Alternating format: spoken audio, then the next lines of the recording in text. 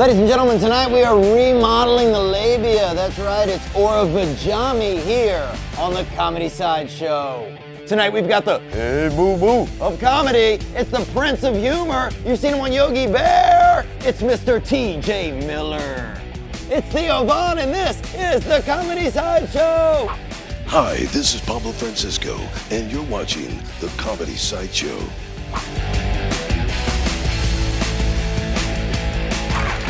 Hi. There it is, Stainer. You yelled at me. And anybody who hasn't seen She's Out of My League is wondering what's happening in both of our lives. I'm wearing my Skechers shape-ups. And I'm okay with that, so you should be also. That's all. So recently I threw up in the street in Washington, D.C., which isn't a big deal. I do that a lot. I like to drink. What was different about this time, and there was something different, because I threw up on myself this weekend, but this time, as I was walking, and right when I began to vomit, you know when you're just starting, like that? Right as I began, I just turned, and I made eye contact with a woman sitting outside of a Starbucks, and then I held eye contact as I vomited.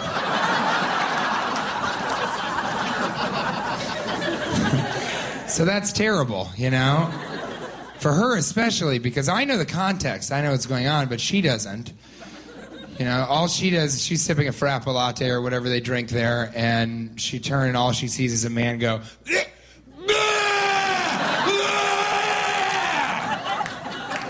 also walk like a zombie when I vomit. What's going on in her reality, you know? Does she go home and she talks to her friends about her day, and she's like, oh my God, I was so ugly this morning, I made a man vomit. I feel bad about that. Let's do a quick character for you guys. This is a construction worker who's very masculine, but he has moments where he's very effeminate. Hey, yo, Tony, what are you doing, man? I told you, gotta smooth out the cement. I was gonna have to do the whole thing over. Excuse me.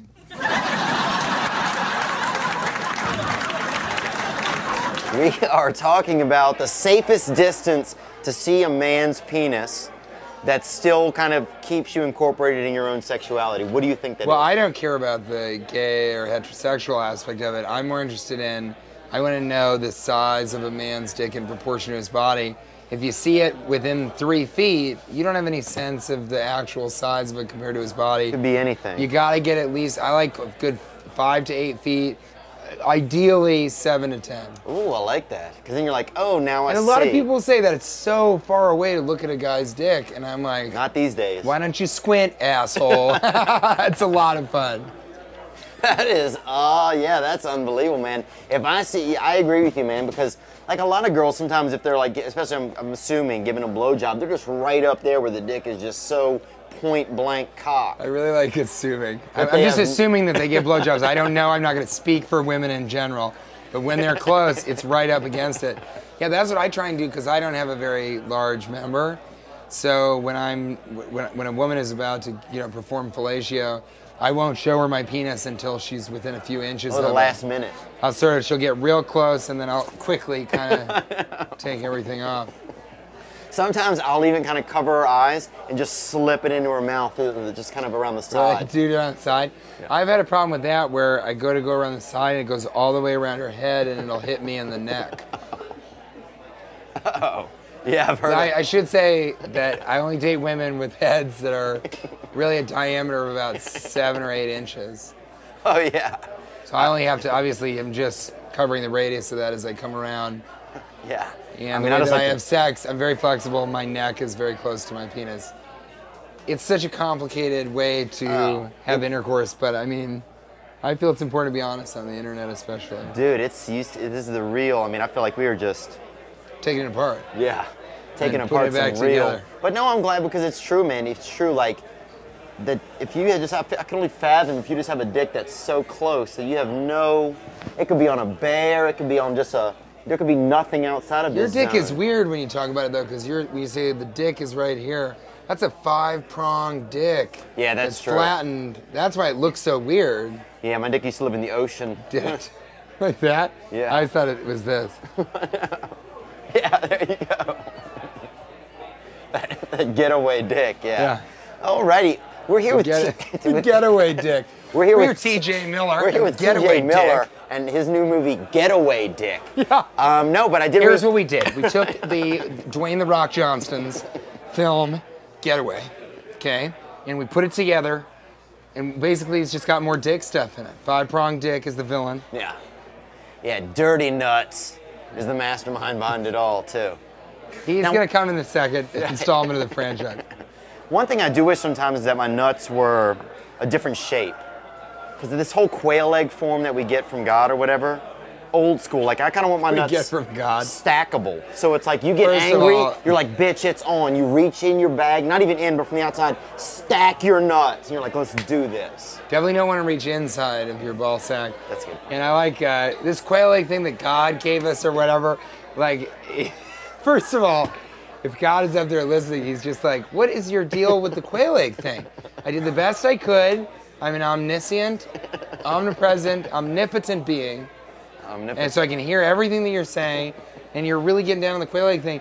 I would like to have cubed balls. Oh, yeah. Beautiful cubes. Would you have the edges real sharp or kind of rounded at the edge? That's the name of Sharp my, could be that's the name of my dangerous. indie rock band, Beautiful Cubes.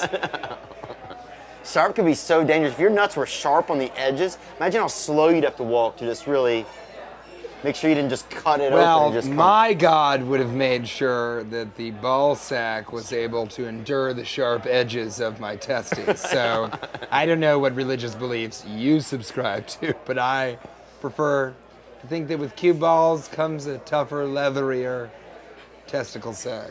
Oh, a real like yeoman sack, a real back in the old. Really, yeah. Because my parents gave me the cheap God, obviously, because our dad was poor.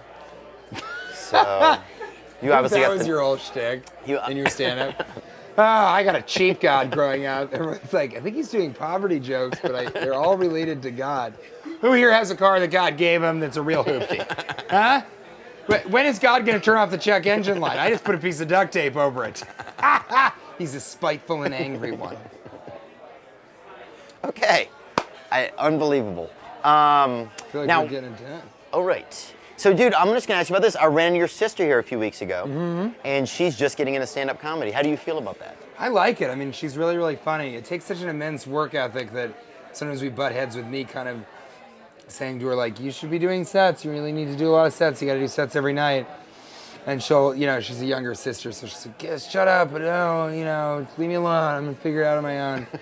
But she is very, very funny. And to be a semi-attractive female, obviously I find her to be an unattractive female, but judging by other people's reactions to her and I think she's cute. the number of men that she has slept with, it is, Cheers to that, huh? it numbers in the tens. When the saints go marching in, huh? Right, well, I think it's another weird God thing. I don't think she slept with any saints. But That's I true. think I think she should pursue it. I think it's really good. My cousin is a screenwriter guy, and I think if you have talent, you should do it. And it's fun. And then being a semi-attractive female, I'm sure she's gonna see this and be like, "The fuck you call me semi-attractive for?" A semi-attractive female in comedy is like gold, Yeah. like a funny one. So it could be the big deal. I think you talked to an attractive female in comedy earlier, yeah? Yeah, I've talked to a couple attractive. I don't know if I've met any attractive females in comedy. I'm trying to think. Hold on, let's take a. Well, No, I mean Maria Bamford's kind of cute. I don't know about that, because then those voices will be like, "What are you doing?" That's true. Am I fucking And a sometimes Muppet? she'll use the voice to like have independent thoughts, She'll be like, I would like to have this happen in my career, and I'm like, find a husband, settle down. God, kill one of your pets. You know. Right. Some of these people just pet overload. No, Melissa Villaseñor was here with us. She's an impersonationist. Yeah, she's so great. So great. She is a great. Don't you just see her and feel like she's gonna have a good career? I do, and she's so nice. It's always interesting to me. I found that she was, at least in the limited interaction I've had with her, she's very quiet in her interactions. That's always strange to me when a performer is so powerful on stage and you meet them after. It's like, oh, thank you very much. Like I saw this guy recently. I listened to his album.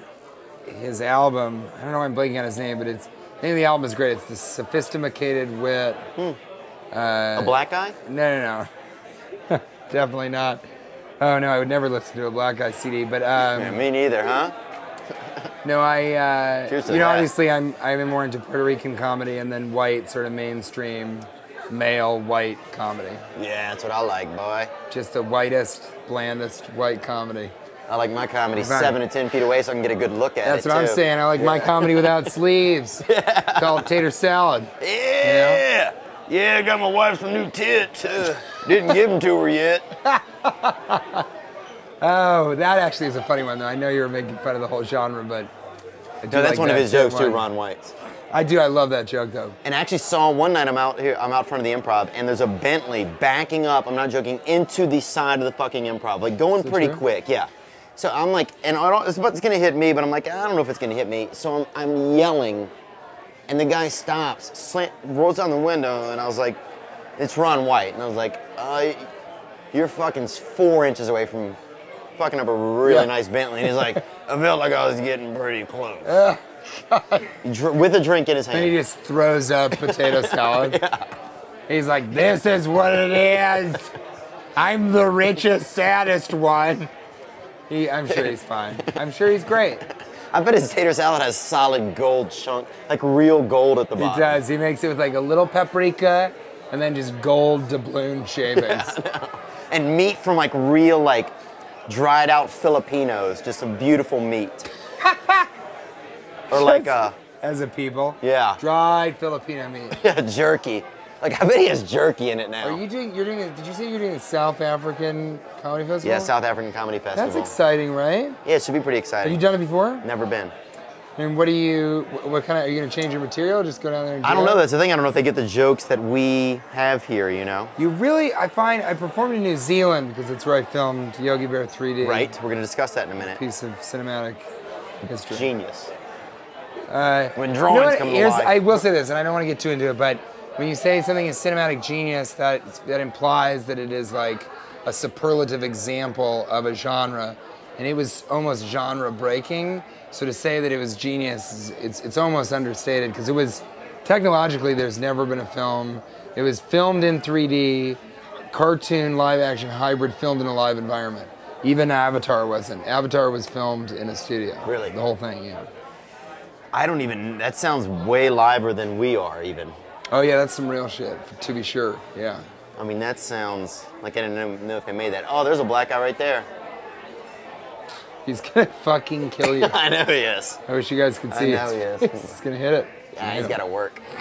No, that sounds unbelievable. Is it really groundbreaking, sort of? Yeah, I mean technologically, to be sure, and also, I think the narrative. I mean, it made $100 million at the box office It's a lot. in a very difficult climate, and we're really proud of it. And they're in development for the second script, and I'm just hoping to be a part of it.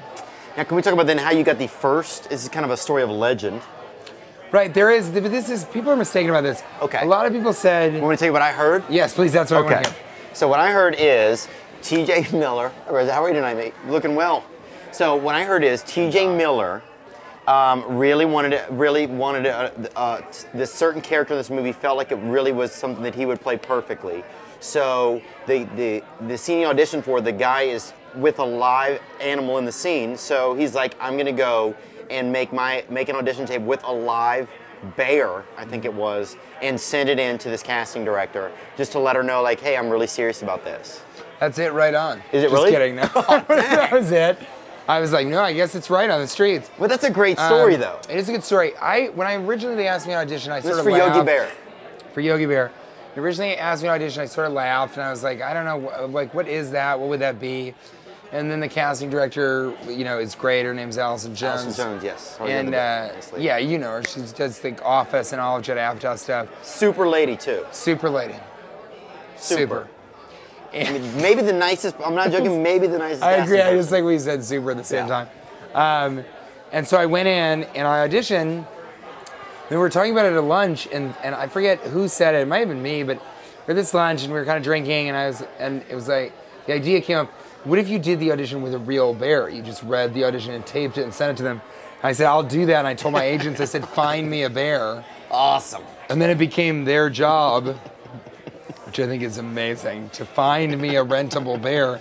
And I remember the assistant calling me and be like, I found 3 places. There's different pricing. If you go to them, it's usually cheaper. I was like, we got to go to them. Yeah. Because No you traveling can't. bears. No, you can't. And that's still pricey. I mean, a bear is pricey. I can only fathom now that I Yeah. know that. I mean, So was it? You see the was first pretty bear and crazy. you're like, whoa, this bear's a little broke down, you know? no, I mean, there were really cheap bears. One of the bears was only $150, but we went to film that and it was a really unkempt homeless woman, and and she'd been dead for 2.5 months. They were, That is. At least they were- stood her up. yeah, well, that's the thing. They said she was sleeping, and she was sleeping, and they kept saying, like, give us the money, we need the money up front. And I went over and I kind of tried to pet it, and it was not a bear. It was a dead woman. It's awful. Hollywood is a terrible place sometimes, and I think a lot of people don't talk about that enough, but it can be a really gruesome, horrible place. But so I filmed the thing, and then I sent it to Warner Brothers as a joke before they decided. Really? So you sent it as a joke? Yeah, I just thought it would be funny. Funny. It's funny. And I liked that if I didn't get the part, that still existed. Right.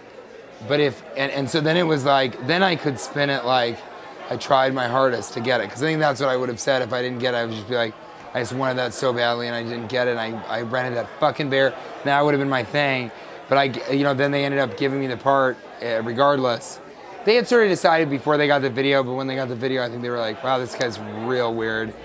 So they put me in, and then, it was within the experience of creating the film and the character and all that I really sort of realized the potential that it had. And it's made just millions of children happy. I have so many fans between the ages of, 4 and 9. You wouldn't even believe it. That's it is insane. so nice.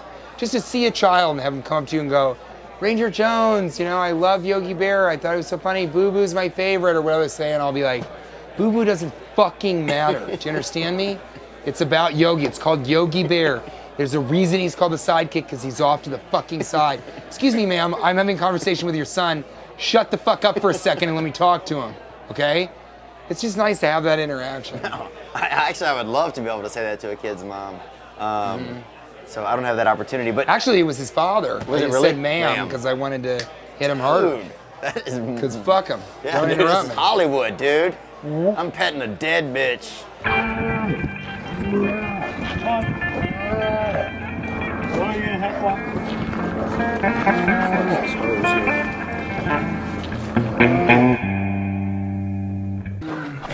So obviously you've seen what I can do in the room, but now I'd like to give you more of an idea of what I'm like interacting with a real bear for this audition for Yogi the Bear. Ready? Want to say your name and slate? Okay. TJ Miller, Yogi the Bear. Hey Yogi, what are you doing? Yeah, that's what I thought. Have you been stealing picnic baskets? You have? Well, you've been told not to do that. Where's Boo Boo? Well, tell him to come back here. This is much more nerve-wracking than I expected. Next scene. I'll be playing Ranger Jones in this scene. The bear will be playing Ranger Smith. Here you go, here are your sides.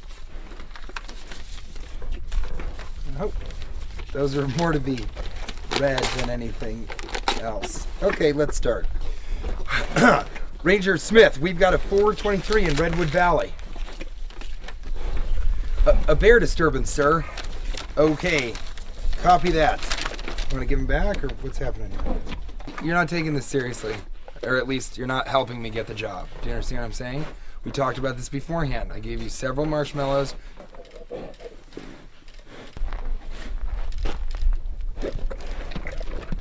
You promised you would help me get this part. All right? I don't mean to threaten you, and so, yeah? All right. Okay. Hello. Hi. All right, here we go. Ranger Smith, I just wanted to say I'm sorry. I want to be in charge so bad that... No, hold on now. Wait, okay. But no, because I need them to read my part of it. So, okay, let's just improvise, shall we? Why are you... Okay. Didn't we have a discussion about sexual harassment on set? Or no? Yeah. Okay. Payment time. Are you gonna change the stick? Or no? Okay, that's fine. So did you go out for Zookeeper, that Kevin James thing, or? Yeah, I didn't get an audition for that. All right.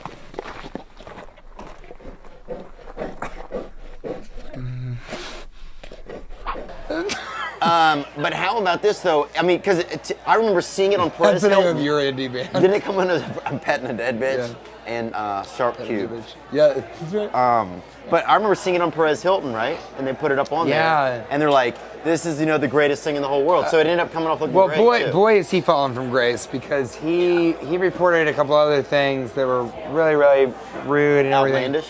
everything. He's just a real, he's a dick-licking piece of shit.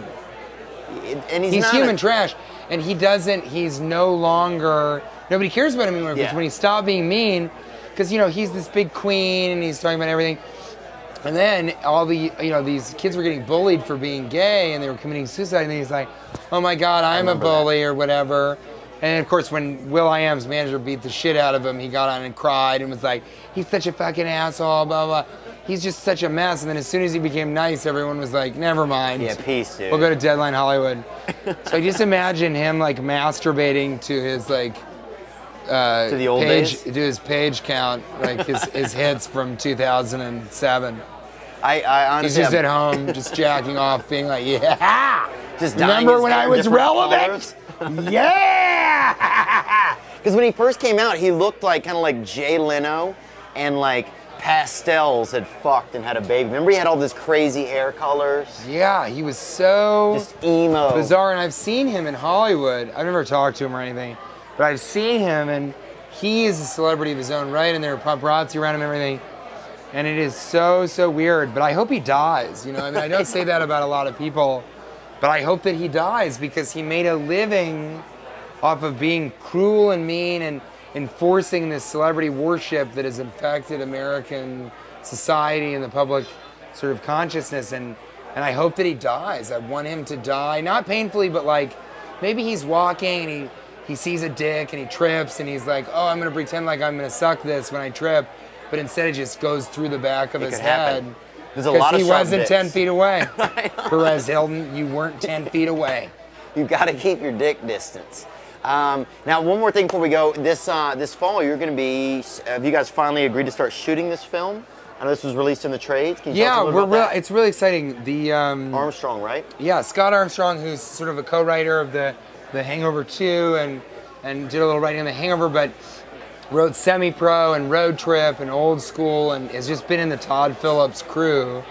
He wrote something that he's going to direct, and I'm going to star in it. It's called The Road to Nardo. Road to Nardo. And I'm one of two roommates who have to go rescue their third roommate, who is high on pot cookies and naked and lost in Mexico. And it's just, get ready for madcap excitement and a man covered in cocaine at one point. But it's it's a really funny script. And I think Scott Armstrong is so cool. It's like, so rare you get an opportunity to work with somebody who you think is a good writer and good, could be a good director, and has been involved in good projects, and you also think is really funny. Because I think as comedians, we're always around people in the film industry and in television who are like, we're the head of the comedy department, right here at this major network, and by the way, we're not funny at all. None of us are, and you wouldn't want to hang out with us. But we're going to tell you what we think about everything, and it's nice that Scott sort of has the leverage and the power that comes from having written the highest grossing R-rated comedy of all time, and kind of, having a great script, and so I think we're going to be able to do it as close to how we want to do it as you can in this current climate. So do you feel like having a guy like that, having a guy like Scott in there, it makes it easier for you to say, look, I honestly think this is funnier, and he's cool with it, or I think this is funny? Oh, yeah, I mean, and better than that, because I won't do a film if they won't let me improvise, really. Right. I've done one or two, but for the most part, that's sort of part of the package. It's if you're not into it, then you need to find somebody else, because that's what I bring to the table. I'm not a very good actor. And a lot of great comedy comes from... Yeah, absolutely. I mean, we've all had times when we were riffing, and it's like, worked better than our material, and then we go back to our material, and the audience like, why were you funnier when you were making it up? And then you go to your hotel room and you do math and you eat pork. Jerk off with dry cookies. I had to do that one night because the faucet and everything was no liquid. Dried cookies? Well, the cookies, they were dry. Most of them are. And well, some of them have cream in the inside. I've jerked off with that before. Only The cookies filling. I eat are wet cookies. Yeah, that's what I'm saying, huh? That's what I'm saying. But yeah, the other thing is though that the script is so funny that I'm not ever examining it saying, how do I make this funnier? Instead, I'm excited about like, oh, this is funnier than I. And he's great about, I'll talk to him about stuff. We've just done the table read and some rehearsals. I'll talk to him about something, I'll say, what do you think about this? And we'll talk and I'll give him 3 or 4 ideas. We'll sort of settle on it, and then I'll go, you know, your original line is funnier, let's just do that. That's the ideal work situation for me for film. So you can even discuss it. Yeah. It feels comfortable. And that you know that he might have come up with the funniest thing possible from the get-go. And You gotta so respect that's that. great. Yeah, yeah. And being willing to respect that too. I mean, some comedians would be like, no, what I'm gonna do is definitely gonna be funnier, you know. But then that's an ego thing, and I think that's why not a lot, but some stand-ups complain about why am I not in film more? Why don't I do more television? That's because it's a collaborative process, and that's a tough thing to switch over from. But I sort of feel like stand-up is that's your safe haven to do everything that you want to do, whereas film and television is where you're working with other people, or more realistically, in the beginning, for other people. Yeah, that's a good point. Well, dude, that's pretty insightful, actually, man. Well, we obviously wish you the best of luck in your career. Best of luck with the road to Nardo. I wish I could say the same. This fall, thank you. It's okay, I don't have What if you didn't? What if you're like, I was gonna say the same, but yeah, I really hope you never. I hope you burn at this table. I hope you have to do Yogi 3 before they do Yogi 2. Just figure out how to bridge that. No, I wish you the best. Also, thank you so much for having me on the program. Thanks, TJ. No sweat, man. Appreciate it. And, we wish Morgan Miller the best of luck as well. Yeah, Morgan, get into it. Yeah, you need to get up more, Morgan. And Miller Davis, get up more, Morgan. And yeah, I think you guys are going to show a clip. We're going to show a clip, yeah. And this is me at the Campus Movie Festival, which is the largest college film festival in the United States. Present the award for Best Actor because, obviously, if you're familiar with my work, and you know, I discussed sort of what Yogi Bear meant to me. It's really nice. I like that. Thanks, guys. Thank you guys very much. Comedy Sideshow, TJ Miller, Theo Bond. At not TJ Miller on Twitter, tjmillerdoesnothavewebsite.com, and fuck a bunch of Facebook. Nice, and we'll put all that up right here in Chirons. There we go, look at him. Petting his things. Petting my Chirons. Yeah. My things. These are my things. Yeah. We'll see you guys next time. Thanks.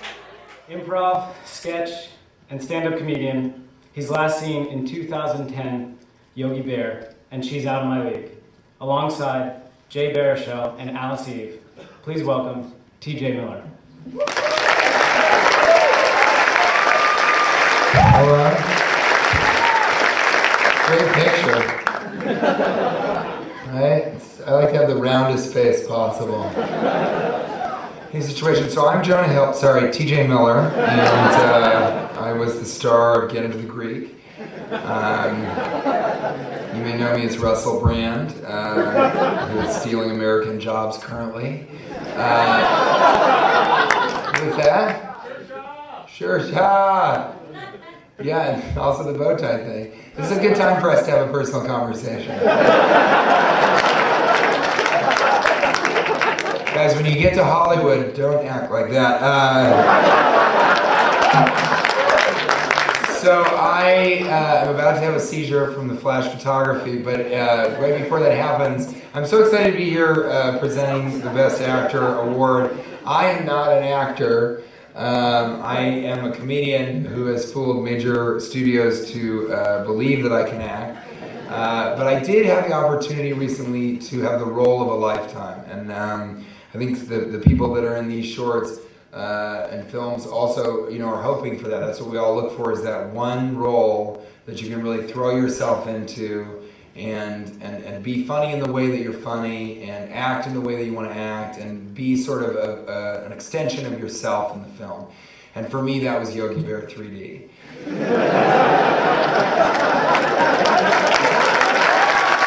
Thank you very much. I don't know how many of you have seen it. By round of applause, how many people did see Yogi Bear 3D?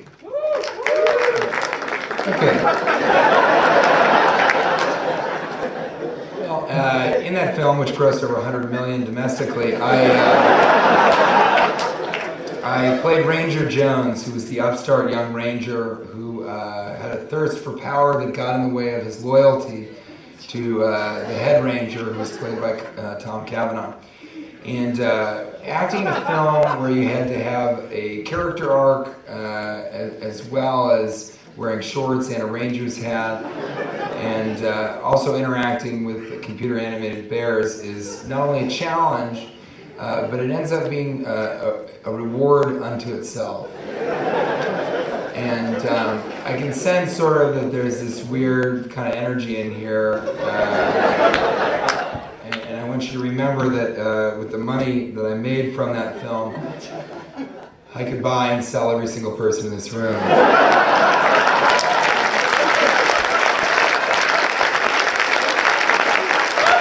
I guess what I'll say to these actors before I introduce them is continue doing the best work that you can, and maybe one day you can be in a talking bear comedy where you feel proud of your performance, but also you understand that Hollywood is a business and it has to be accessible, commercial, but also with artistic integrity, like Yogi Bear 3D.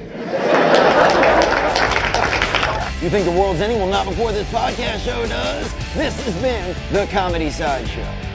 And we'd like to thank our guests for coming out tonight. TJ Miller. I'm Theo Von. You can check me out at theovon.com. Download my album, Midgets vs. Cats, on iTunes. Thank you for being here with us.